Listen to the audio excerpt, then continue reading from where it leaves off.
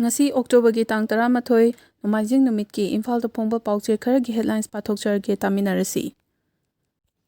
COVID-19 gi case yamna leiba maphamsing pulap containment zone oina lauthoglaga athingba thamgadawri. COVID-19 positive oiba mi ani lekhidre naungna chani marfunithoi positive oire chamri nifu discharge tawkhre. Nupida chathaba crime singi matangda center na advisory issue tawkhre, rape case sing tha ani gi manungda loishanaba khanghankhre.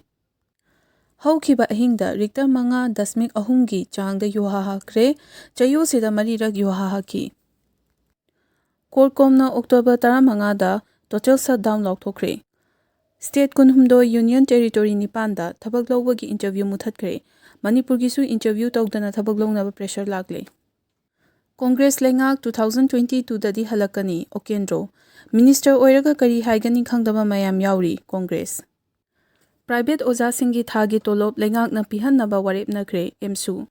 COVID ki virus miyoibagi unsada pung 8 leiba ngami study.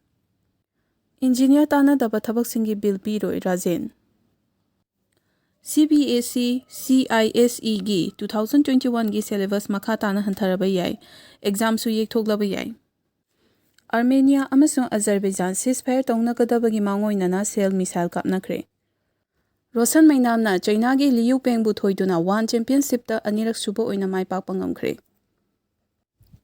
Siwa Tekna French Open gi champion oiduna police amana ahanba Grand Slam singles title lawba ngamkhre. Amasung Nadal amasung Djokovic na yamna nungaigani thajanariba French Open final sanaragani. Thank you.